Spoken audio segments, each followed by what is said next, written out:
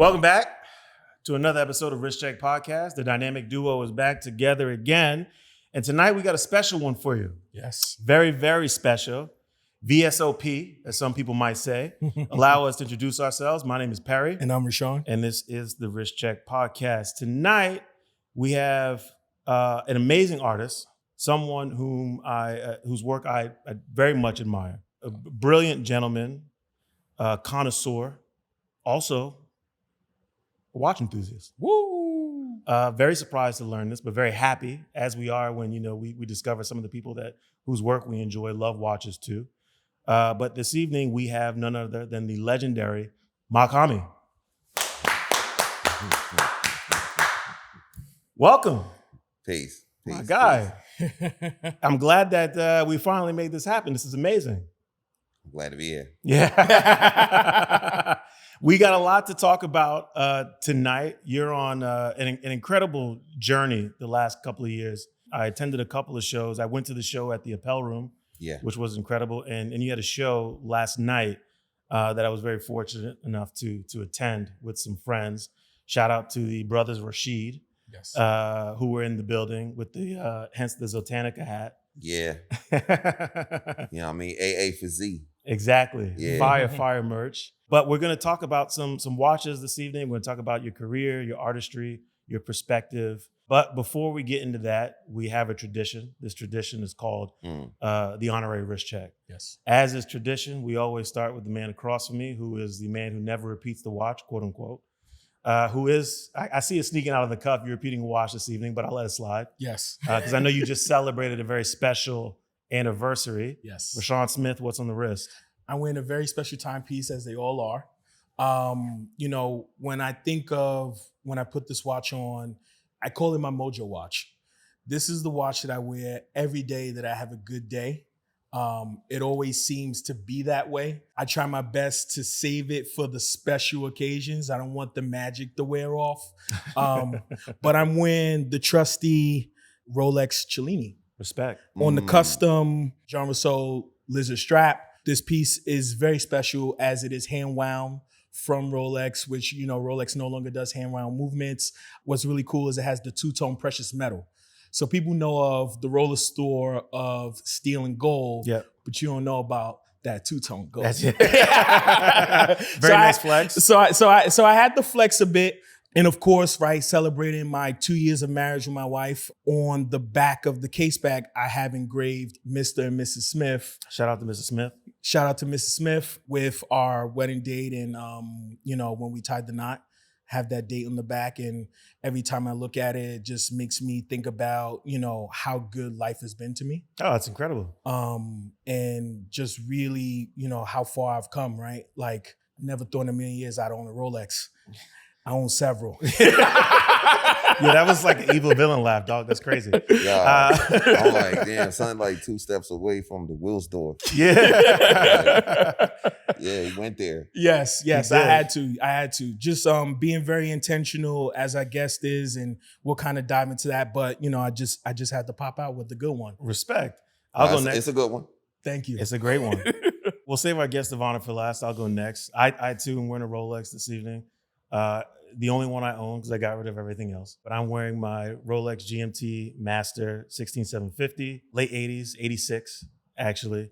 As close as I'll get to a birth watch. It's got the patinaed looms, beautiful gloss black dial, pretty mint condition, came full kit. Gift that keeps on giving. I love it. Yes. Great watch. Ma, you got something special on the wrist. Yeah. Something special I can't wait for this guy to see. I got the Piaget Altiplano. Crazy. 200. Don't hurt him. Yeah, I'm saying 238 components, 30 jewels, alligator strap, Piaget blue. Some light. Yeah. It's heavy though. But yeah. It's good. It's a good one, yeah. It's a great one. It's a good one. I like it. Yes. Piaget has been, they're an incredible brand. We're both fans of Piaget. Most people know them as like a high jewelry company. Mm-hmm. And they do amazing jewelry. But they also make watches, and they have a long history of making watches. One of the popular models they released, or re-released, I should say, the Polo 79 came back out. They did the yellow gold. They just came back out with the white gold, which is crazy. But the great thing that I love about Piaget, especially with the Altiplano series, the thinness. That's the whole point. Yeah. Crazy. Yeah. Mhm. It's And- like I got bulky. Yeah. I mean, obviously, you know, I'm like really my introduction into watches is Breitling. We'll talk about that later. Oh yeah. Okay. But you know, this is like I'm a man of varying taste, and you know, this is the diametric opposite of a B19. Yeah. You know what I'm saying? Yeah. Mhm. Chronograph or like a you know, something like B01 or Yeah. something like that. You know Yeah, what I'm saying? exactly. Light work. Yes. Yes. What I do enjoy about this piece as well, right, is the simple fact that, you know, Piaget has this lengthy history of just excellence. Mhm. You know, when you think of people that are intentionally buying a timepiece like a Piaget, right? Like you understand luxury at the highest level. You do. What it is I think it's an interesting conversation too, because it speaks to like aesthetic preferences and being sort of in line with knowing and having an appreciation for really the arts, right? And the art of watchmaking. This is art and engineering. Mhm. The thinness of the case, you're able to. It's nuts, B. Yeah. Yo, this was so crazy. I bought the first one that they sold in Beverly Hills when Okay. I got it at Piaget, and like they invited me to some dinner. And you know, in sterling fashion, I accepted the invitation, but then sent someone else in my stead, and they was like, "Yo, you know, I was sitting next to the CEO. Yeah, that's Yeah, crazy. you should have came. You know what I mean? Wow. Like that." I sent my operations manager, and she had a great time, and met a lot of people. It's like they gave them an address, and then when they got to this place or whatever, there was a shuttle waiting in the parking lot, Mhm. and it took them to some undisclosed place. I don't know, somewhere in the hills, and it was like all kind of shit going on. Wow. You know what I'm saying? As far as like cuisine and the kind of company, Yeah. you know, they was in and elbow rubbing and Yeah. That's the thing about watches too. It'll like change your environment like that. yo, Mhm. I Mhm. wouldn't know. Yeah. But you know what I mean? I heard. I think you know a little something. Yes. But you know what's interesting is, you know, I do recall seeing photos of you. Speaking of Breitling, wearing like an Avenger. So I am, Right. Yeah, I am. You know, curious. Going from a brand like Breitling, even though Yeah. Breitling is a kind of a world-renowned brand, I think in many circles it's still very niche. Mhm. Really? Yeah, I well, think so. Outside guess of so, like yeah. watch circles, I think it's still a pretty niche brand. Mhm. Piaget is even more niche. Yes. in okay, that I understand respect. what you're going. So what I'm curious is from your perspective, at what point were you kind of like, did watches even begin to like really interest you outside of like thinking about Rolex and stuff like that? So the first thing that I ever knew was like my dad had a Cartier Santos Octagon. Okay. Mm. You might be like, yo, that's niche, dog. But, my grandfather had a chronomat, Mm. the solid gold. Ah! Yeah. That type of thing. And like I always wanted a gold watch, and then you know, and like I seen people with date just like my uncle Yvonne, you know, regular green face, and you know what I mean. But it was crazy to me. But yeah, Breitling was the thing that first really kind of was like seared into my mind as like just the heaviness of it. Yeah. I remember that gold watch being like on a table and you know, me picking it up, Yeah. and, you know what I mean, and being like, oh, Yeah. you know what I mean? Yeah. Like, oh, this is crazy, like, and it's so heavy, and then the dial is big, it's bigger than everybody else's watch. You know, they would always talk about it like, you know, this is like a brand with a legacy in Yeah. terms of like this is a utilitarian watch used for, you know, by pilots.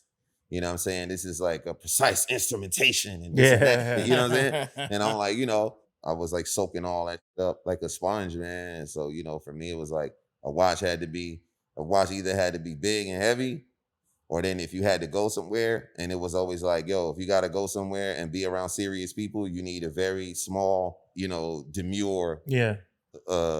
almost like, you know, non-existent timepiece, like Right. a ninja. Yeah, exactly. Like, you know what I mean? Something like this. Yeah, something like this. So I was like, you know, when it was my turn, you know what I'm saying? I got a few vintage tanks and like Oh, that, yeah. but you know, but like I said, like, you know, it's nothing like that Santos, that Octagon. There's a I fire still I piece. can't get me one. Like I was looking for one like that was like the one he had, but I think we see could it, help you find that. Oh, for sure. Okay, cool. Yeah. But anyway, yeah, man. It's either like, and I'm kind of like that with art, with clothes and everything. It's either it's you could get with this, You can get or with you that. can get with that. I think the interesting thing too that you mentioned and that resonates with me is like sort of your first experiences with timepieces were these men in your life that you looked up to. You naming your father, your grandfather, your cousins. Yeah, and my uncle was like Raymond Wiles. Oh wow, Yeah. yeah. You know what I'm saying? But like yeah. he graduated from college at like 18 years old. Wow. Like my He was mom's, ahead of his time. Yeah, my mom's little brother. And so it's like, they all went, all the women. Got 4 matriarchs Yeah. putting their little checks together to get you a Raymond Wild, whatever you want, whichever one you want. Wow. So you know what I'm saying? So I've seen that. Yeah. You knew that's where you had to be. Yeah. What's interesting too is for me, Breitling also was my gateway to luxury timepieces. Of course, I was exposed to Rolex, but like I said, I didn't think that I would be able to obtain one.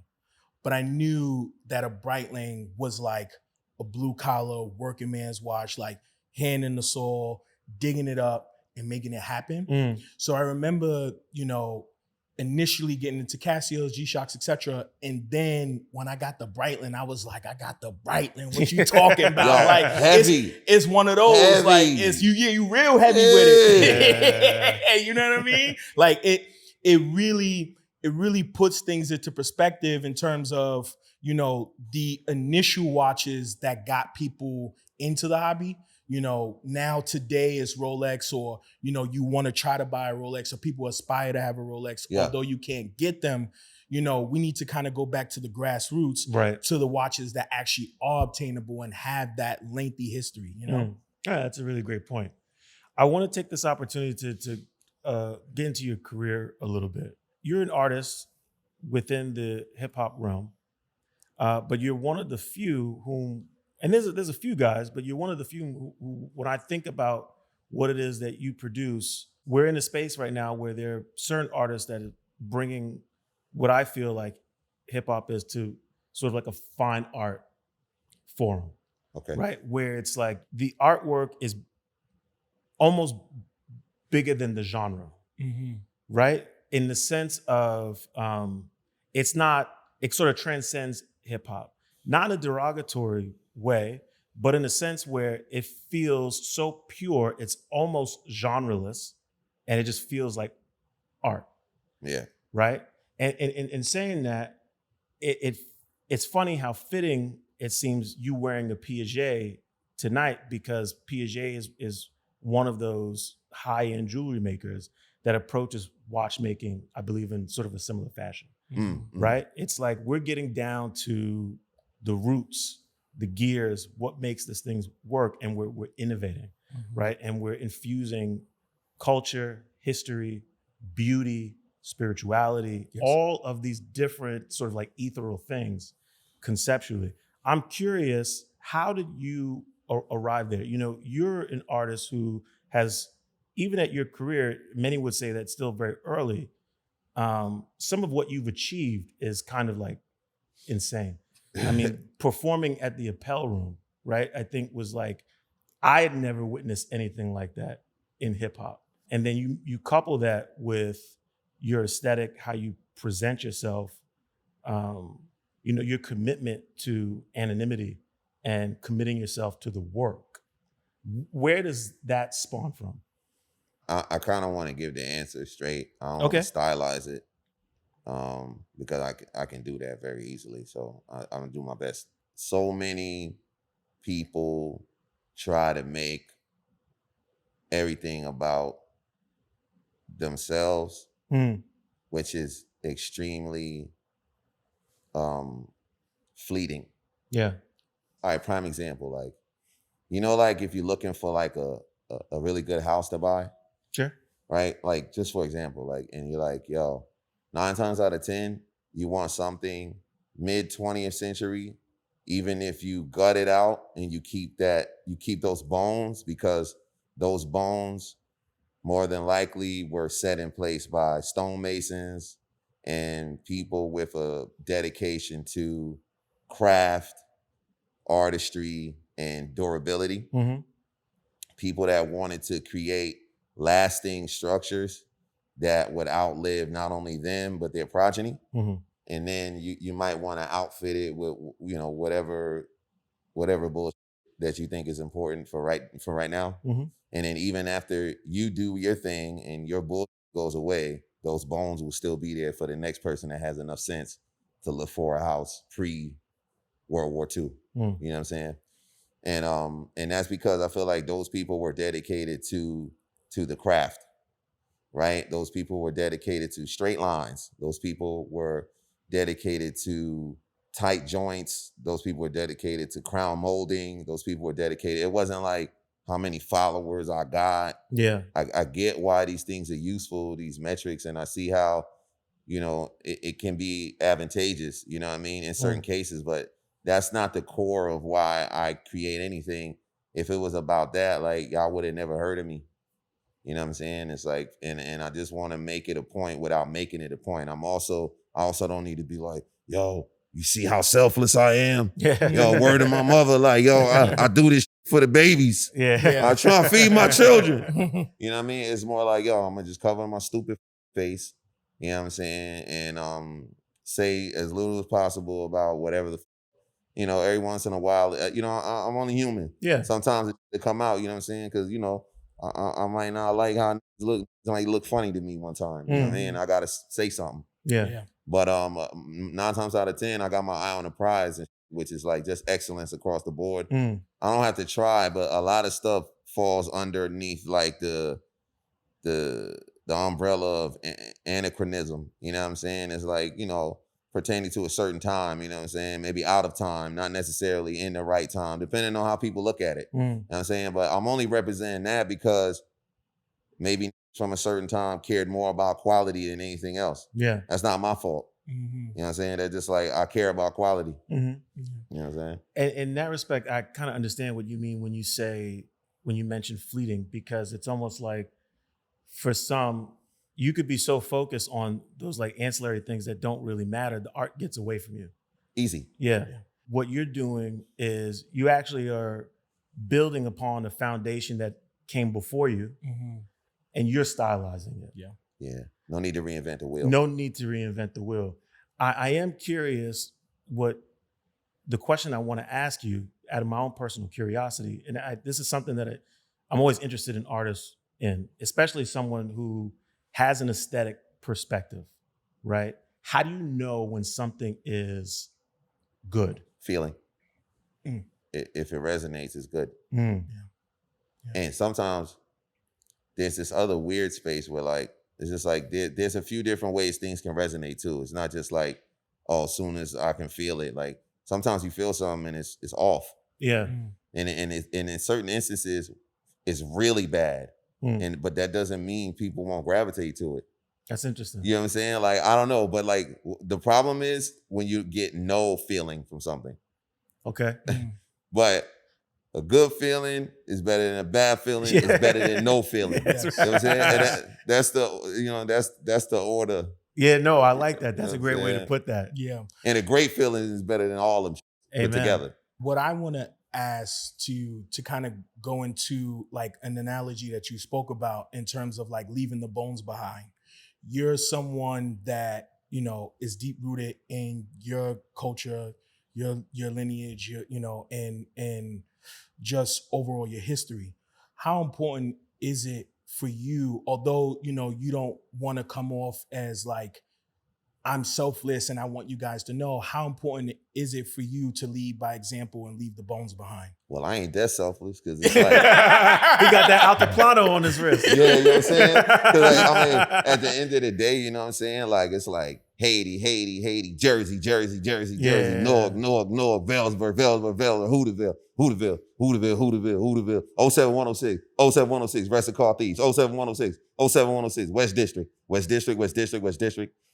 So I don't know. Like, it's like, you know, I do my best, but at the same time, I'm still talking about institutions. Yeah. You know what I'm saying? More than anything. So I guess this is nuanced, right? I'm painting with a fine brush, but I'm still just but my main concern is painting. Mhm. Yes. You know what I'm saying? In that sense, yeah, it's important. Like there's bones that I have put bones in place, and I found broken bones and I set them in place, and I found bones that people didn't know were broken, and people didn't know were healed improperly. Broke them, set them back in place, and now people think it's new, but it's not true. Yeah. It's not true. Yeah. Nah. That's something that I think really intuitive artists do really well. And I do see a parallel with watches with that. And it's interesting to see how you sort of like break down to the feeling, because I can relate to that in many ways, but bringing it back to watches, when we were hanging out with the two brothers from Colorado, these guys who designed their own watch, Oh yeah. very like anti anything you would see in the industry, kind of reminded me of like the work of H. Geiger, who did all the alien stuff. And I remember when I saw their watch, because they had blown up over like social media, and my first inclination, I was like, I feel something, but I don't know how to describe it. That's a good one. Exactly. To me. Because you have to articulate it. Now I got to sit with this. And usually, for me at least, what ends up happening is the longer I sit with it, I'm discovering things about it. And I do the knowledge, I'm doing the homework, and then I realize and then I see the references. And I go, okay, I understand what they're doing. I can appreciate something on another level, that level in which you're referencing when you talk to understanding the time and energy someone put into developing a craft to produce something that stands long term. Do you see watches or design in that way at all with things that you're not producing, the things that you choose to bring into your space? Are you analyzing it in that same fashion? Yes. And the short answer. My favorite medium is film. Okay. Right? If we can just do that for a second. Like, I just went down this I guess this Cronenberg rabbit hole, like for the last 3 months. So obviously, like I'm stealing little time, stealing away here and there in between actually doing real work. Yeah. And just be like, yeah, that's a sick puppy, man. Yeah. In a good way. Yeah. Yeah. Video drone and you know what I'm saying? Scanners. Yeah. Et cetera, ad nauseum. Like, and there's certain that he's doing that you like, yo, what he did that too? Like Eastern Promises. Like, what the boy on? Like, you know what I'm saying? But then it's like he also got different modes. You know what I'm saying? But in every effort that you see him put forth, at the core, there's like this striving for excellence. Yeah. That you notice was just the common thread, no matter how different the films may be. He's dedicated to his craft. And and I kind of look at everything like that, like shoes, sculpture. It's just like, yo, who's really pushing themselves toward a standard? And then because I think that's the first step. And then who's pushing themselves beyond the standard? Right. It's like learn the thing, master the thing, deviate from the thing, create the new thing, destroy the new thing, then start over. Yeah. Wow. You know what I'm saying? I feel like that's what it is. Learning the rules so you can break them. You got to. Yeah. Yes. You got to. 100%. You got to test the elasticity. You know what I'm That's saying? a great way to put it. I want to talk to you about the way I kind of view where you are right now. I think you're a successful artist. I appreciate that. And I do. And the measurement that I use is the fact that it seems as if you're in a space where you are doing everything the way you want to do it, right? There's no, or I don't know. It doesn't seem as though there's an outside force pushing you. It can't sway you. That success has afforded you the ability to buy things like Piaget's, and you wear nice jewelry, you like to wear nice clothing. I want to talk to you about just the culture of adornment really quickly, and sort of what that means to you, not only through the lens of the culture of hip hop, which we grew up in, but I am interested from your perspective in Haitian culture. Yeah, facts. Yeah. Part of that culture is like there's like an autochthonous thread running through, well, everything you see, right? There's some connection to the land. Colors are important. Numerology is important. Figures, shapes. And like for me, like, I just think of like when I'm what's important about adornment to me is like regalia, protection. I believe like there's a certain amount of communicating that you do with certain pieces, depending on what day of the week it is, what color you might be wearing, or what's going on in your life. There's some sort of sign language that happens when you put certain things on in regard to certain environments. No matter what culture you look at, people that are mourning, and then like, and this also speaks to the diametric opposites and yin and yang imbalance. Like some cultures is white when they mourn, and others it's black. Yes. But you don't really find nothing in between. It's true. And it depends on a perspective. You know what I mean? So I think adornment is key, especially on Haiti, to so-called Haitians. And the way, we were taught, it's like, for instance, like, I gotta say that certain things are done with purpose. And I mean, there are prescriptions for every kind of setting and ceremony. Like, you would do well not to wear red to a funeral. Yes. But then somebody's mistress might show up with a rouge lip, and but she's saying something. Yes. The deceased family might not appreciate that, but I mean, but she talking. Yes. She talking. Yeah. Her lips talking. They are. Yes. Yeah, you feel me? So, in that sense, makeup, war paint, regalia. Yeah. I think every culture does it, like an Il Mafia flick, and like the Don dies, and like the wife is there, everybody's there, and then the little saucy little strumpet of a trollop, she shows up with a red lip. Yes. You know what I'm saying? And it's like get her out of here.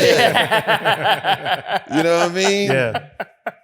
She's indecent. Yeah. Yes. So I think that's everywhere. It's not just Sicily, whatever. You know what I'm saying? You don't have to be a part of the Camorra to, to express these permutations. You know what I mean? Like, this is just how people been representing forever all over the place. So it's not just Haiti. There's people from everywhere in Newark. Yeah. You know what I'm saying? Newark is like predominantly Muslim. And you're like, what? You feel me? I might as well be. You know what I mean? It's like, if you want to talk about being things by proximity, by virtue of proximity, man, I'm a whole lot of you don't even want to know about. You know what I mean? So it's just like, it's like, yeah, for sure. Adornment is key. I'm curious, thinking along that process, how you described all these different cultures and utilizing adornment as an artist, especially one in sort of audio space, right? You are constantly distilling information and communicating it, different vibratory frequencies. What is it that you try to communicate with things that you select, right? Like, an Altiplano is such a specific choice. A lot of people consider it niche, very tasteful. You showed us that. I was like, oh, this is I saw your face. I was like, Yeah. I was like, a man after my own heart. Yes. But I am curious. Like, what is it about that timepiece where you like? Not only is that the one, that's exactly what I'm trying to communicate. You seen that? Yes. I was just like, what the Yes. I didn't really have a lot to say. The bitch was talking to me. Yeah. I wasn't hearing her. Yes. And I was just like, yo, watch out. Can you just put it in the thing and put it in the bag? Yeah. I need the thing. Yes. Now. Yes. Are there any other watches that you've seen, maybe watches that you own that sort of speak to you in the same fashion? Yeah. I'd be remiss not to say, not to be like, no, I mean, that's not the end all be all. Mm-hmm. Let me just be mindful. I don't want to be here all day talking. Yo, I ain't gonna lie. Like, when I was a shorty, and it's some Jersey, Mm-hmm. when the first time I seen like a proper yacht master, Okay. I was like, yo, what the fuck is that? Yeah. The fuck is that, go? Yo, go. And it had nothing to do with like me coveting the lifestyle of the who had it, or it wasn't no coveted like or wanting to be like nobody. I just was like, yo, what the hell this God on. It is a polarizing watch. The first time I saw it, I was like, "What you go? What the hell is that?" Because it doesn't look like a Rolex. No. That's what I'm saying. Like I almost was like, I ain't think it was fake or nothing, but I was just like, what the fuck is it? Yeah, You know what it I'm might as well saying? be a UFO. So in that, well, I'm glad you share the same kind of sentiment, because I was just like, yo, a lot of times when I would voice my opinion, it'd be like, man, you always on that bullshit. You know what I'm saying? Yes. If I could tap in on Please. this, because what I enjoy about this conversation the most is how much you really are sitting there and choosing your words correctly, right? To be able to convey the message and set the standard for what this hobby is about, right? Well, it's really a theme at that point, right? Like you're so honed into who you are and what you want. Every decision is what's the word I'm looking for? Every decision is super intentional. Yes. But to that point, you know, we're starting to see, right? And I want to be respectful, right? When you pull up with a Piaget, right? Especially that piece, we go, oh, that ain't no rapper watch. And the reason, Hold on. Say that again. that ain't no rapper watch. But the reason why I bring that into the conversation, and like I said, I want to be respectful, is because then what really is a rapper watch, right? Like, I got a few ideas. Talk about it. You know, I ain't gonna do that. But you know what I really want to land here is, you know, with people like yourself that are very intentional, that, you know, are setting the standard and leading by example to let people know, like, there are things outside of the norms. You know, do you feel that you have? Do you feel like you have to carry that torch, or do you feel like you have a responsibility to kind of lead by example and let dudes know what time it is? Man, I wish it was that. I wish it was that altruistic. You know what I'm saying? I'm doing it for me. Because if I wasn't, yo, man, you know how hard it is to like read mind? Yeah. You ever tried that? I don't know what the these be on. Yeah. So I ain't, you know what I mean? Yeah. But it just so happened to be like, damn, man. Yeah. I'm like, man, I don't know. You know, to what do I owe this honor? Yeah. You know what I'm saying? You know, Raekwon, what he say? You say, you so fly, yeah, right, you want to get me. Yeah. Yeah. You're always that's well, I don't know where I'm from. I don't know where I'm from. And it's funny, you're making me really think about a couple of different concepts here differently that I never thought about in this way. The idea of being ahead. Yeah. Being steps ahead, right? Not just in a way, and maybe there's an art form to that too. You know, there is the artistry, and it's just the thirst to sort of, when you get all this information, you've distilled all this, you're so in tune with what you're producing, you're looking for that challenge. You start breaking the rules down. You want to invent something else. You realize you're moving ahead, but it's not for the sake of everyone else knowing that you're ahead. Mm-hmm. You understand what I'm saying? Yes.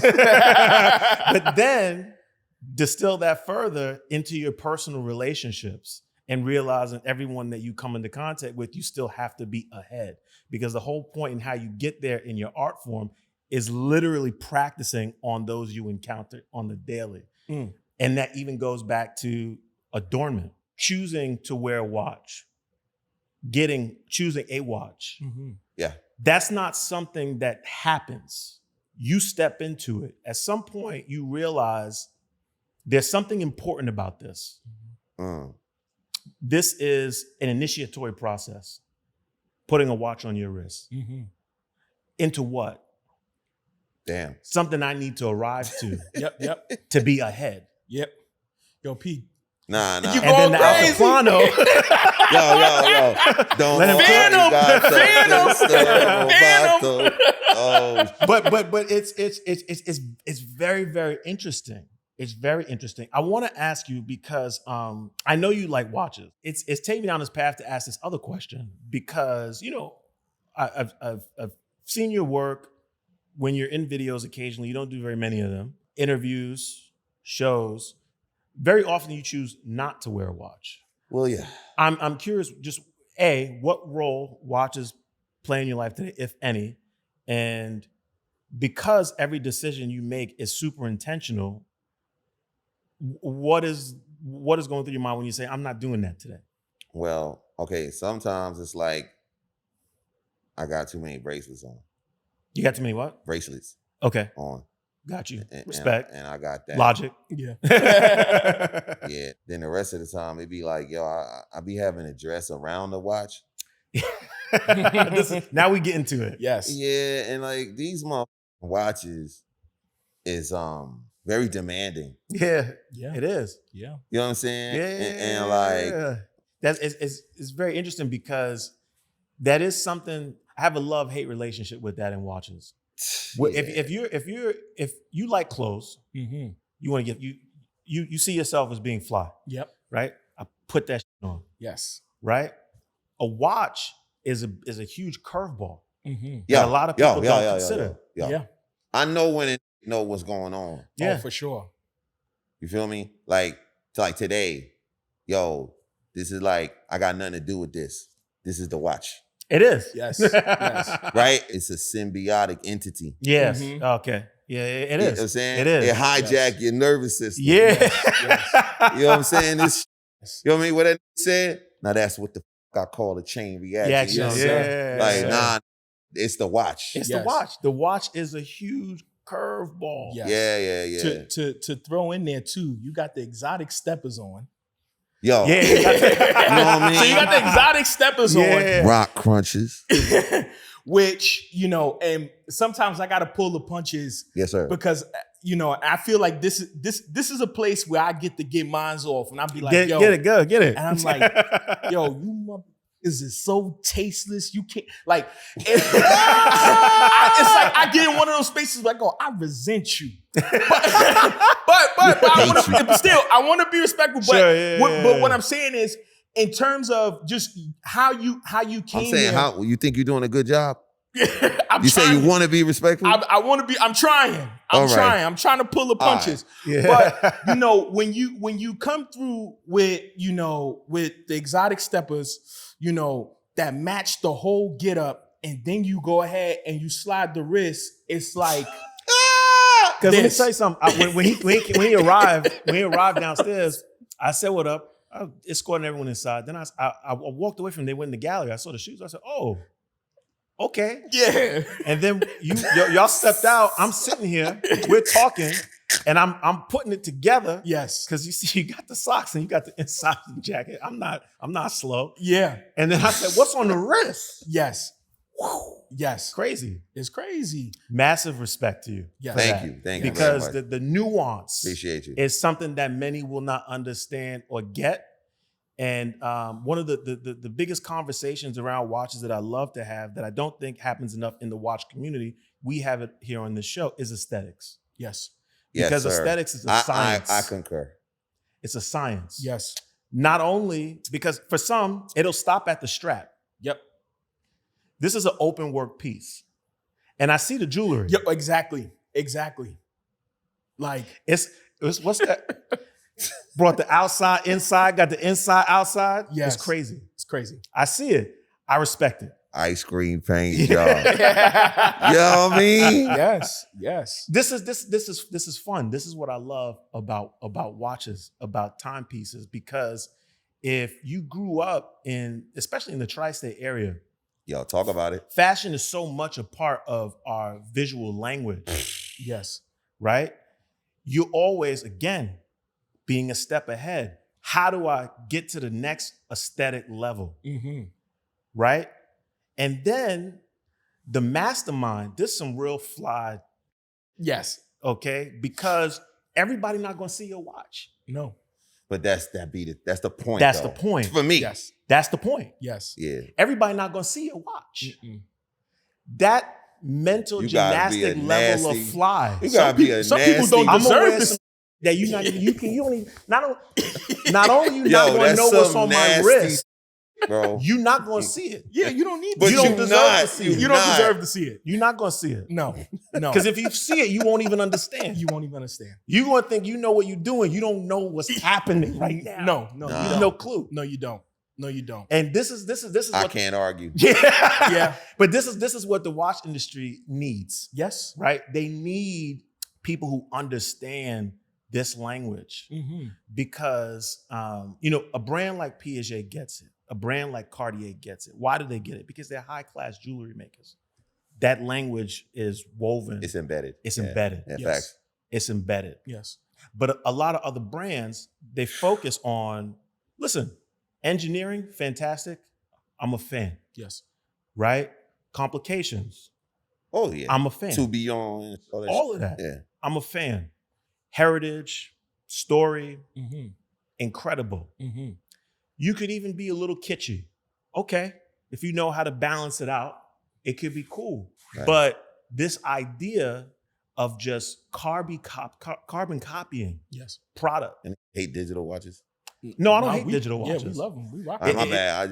I don't know why that shit just came out of nowhere. It depends, and that's a conversation that we have too, because you'll have people who are so focused on that area. It's like, yo, flyness goes everywhere. Oh, when you said kitschy, yeah, that's why. All right. You know what I'm Yeah, saying? yeah. So it's that's like, what made me think of that. Yes. but there'll be Yes. people who have that opinion too. Like, yo, I don't do digital watches. You don't know what a fly digital watch is. Exactly. So, to bring it to the top, when you were talking about, having the opportunity to sit down with Piaget, what impressed Missing the opportunity to Well, sit missing down the with opportunity. Piaget. But what's the most impressive is the fact that they sought you out and understood, who you are. And I could tell you sitting down, if you were there sitting Yeah, I down in saw that it. seat, you look around and you'd be like, none of these fools look like me. And it doesn't have to be, your cultural background, your ethnic background. It's just the simple fact that you guys just don't get it. No. I agree. And that, to Perry's point, is what the watch game is missing. So for someone like myself, when I go, man, all you watch folks, you guys can't dress. It's not a slight. It's the fact that, like, yo, dog, if you listen to this, you need to do your homework. Yeah. You need to see what's going on over here. Because if you don't know, listen to Rich Check Pod. Facts. Plug. Respect. Can't argue. Respect. So I'm curious, obviously you're pretty well seasoned in watches, aesthetics. I'm all right. Yeah. What are some of the things that you're currently looking at, or let's say just hypothetically might be on your short list? It's like if you came across it right day, right time, like, yeah, I'll cop that. Obviously, we said the Santos Octagon, Mm-hmm. Yeah. right? But- That's one. Man, that's forever. That might as well just be a Chimera. I've been looking at sundials. Sundials. Yeah. Straight up. Okay. Respect. Yeah. You know Respect. what I mean? Just like, you know what I mean? Like, Hell yeah. I haven't found anybody that's like, oh, they make a great sundial. You know what I'm saying? But like, Mhm. that's just like, if you really want to know what I'll be thinking about. Oh, I love that, because now we're focused and repositioned back in art, Yes. Yeah. right? Like at that point, it's a sculptural piece. There's actually a brand that makes sundial watches, which is crazy. Mm-hmm. That's like an actual thing. Yes. It's pretty wild, Yeah. but that's interesting. I mean, I definitely it doesn't surprise me to hear an answer like that from you. You know it'll be a good watch. It'd be a good watch for them to check out. The AP skeleton that Rome had, the equation of time. Sure, vintage AP, A vintage AP with the equation of time complication. because it's so unlike anything what people know AP to be today. Yes. I think those are like the coolest watches, which is why I like to go into vintage. Like, yes. and when we had Styles here, he was kind of saying that too. He was like, he thinks vintage is fly because it's like anytime you have to know about something, it's again, it separates you, Yes. right? Not that you're looking just to be separated, but the idea of getting ahead and then thinking about how you could get ahead by looking behind is crazy in itself. With Bowman Mercier. Yeah, Yeah. You know what I'm saying? They got some strong. yeah. know Baume what I'm Mercier saying? is a great brand. Yeah. I feel like I kind of want to show you a Longanzone. Like if I had to introduce you to a brand, The Longo and Zoning. Okay. you're gonna check them out Yeah, after you leave. You're gonna be like, oh, that's that. Well, even Okay. to even connect the dots, I'm a flex. We was out in Geneva. We was out in Switzerland. Okay. We was chilling with a couple of CEOs and some folks, and we got the chance to sit down with Martin Frey. Sure, that's the homie. Founder of Uwork. Basically, the idea or inception of his brand, right, is casting over time. Like you're looking over time. And he ties space, time, God, relativity, all of those things where someone like yourself, I could see appreciating that. Because when we sat down and we spoke with him, this conversation that we're having now, it's a very similar conversation. It's very similar. Although he's a very like Swiss German guy, right? And Sure. you can like, his accent's very thick and you can't really understand what he's spitting, but he's spitting the knowledge, you know what I mean? And it can do like this to so many folks. But now we clear and concise. It's here, so It's you know here. what's up. I want to, before we wrap, I want to talk to you again about sort of, we talked about what you're looking in terms of watches, potential brands. You're looking for sundials. I feel like that's going to be like a thing. I know a guy. Right?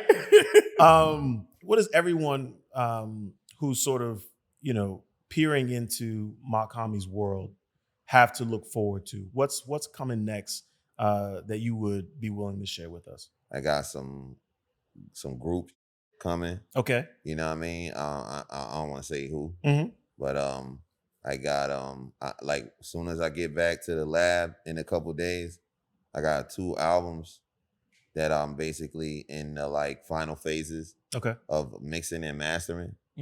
I got a Ross G tape. Oh wow. Yeah, that me and Ross started those conversations, and then he ended up transitioning in the middle of just the process of getting started. Just amassing the cachet or whatever. I end up having to get my homeboy to link with his people, and then get the drives for me. But I never made it like an objective to like, oh, I gotta get those beats. You know what I mean? I kind of was just like, well, damn. But I always kept the space for it. Yeah. You know what I mean? Like, man, and then eventually, like, after like half a decade, the beats came to me. It's crazy. Which is, but I mean, we lost a lot of the shit we was working on. You know what I'm saying? And, I'm part to blame because like I lost one of the drives that, like when I went to the space base and the drive that I got, it's like I end up losing that in LA. This shit was so goofy, like, between a hotel and the car and the airport. And I'm talking about I lost that when I lost that when he was still with us. Wow. But it's crazy because that I got now from him, it's like, oh, he probably he was cooking specifically for me. But then I'm going into like his archives. That shit's wild. I got some shit I'm working on with August Fanon. Okay. So you're busy. Yeah, well, you could say that. And I got some shit with Thought. Okay. You know what I'm saying? That's fire. Yo. But as he came out at the Appel room, I was like, this is crazy. Yeah, he was supposed to come yesterday. He got held up in London. You know what I mean? He just got here too late. But he was showing up. Wow. That's crazy. Yeah. My man, I appreciate you. I know how precious your time is to you and the people that care about you and protect you. And I'm appreciative that you would share some of that time with us. Yes. Truly am. You're very welcome. It is an absolute pleasure to have you in our studio. Last night was an incredible performance. It was special, and you could feel it. And not only just because of it was the second show of yours I got to attend, and we got to experience new music, but there's an air around you where really great people gather around. And not only was it, I was able to spend time with loved ones who I care about, but I was introduced to new people and put on to new things just by being in that arena. And that's special when you have that ability to create those kind of moments for people. So hats off to you. And thank you for joining Risk Check Pod. Yo, don't forget though, you was at 3P NYC last night, and that started in LA. and then we gonna wrap it up. The third and final installment is in Chicago. Oh yeah. October 18th, Saturday. Fire. Yeah, so Respect. Yep. My man. Thank you. Take care of that watch. This has been another episode of Wrist Check Podcast. You all know where to find us. wristcheckpod.com, superniche.com. One day super niche. with my man right here in the metaverse. We'll see you next week. Super Deuces. niche. Peace.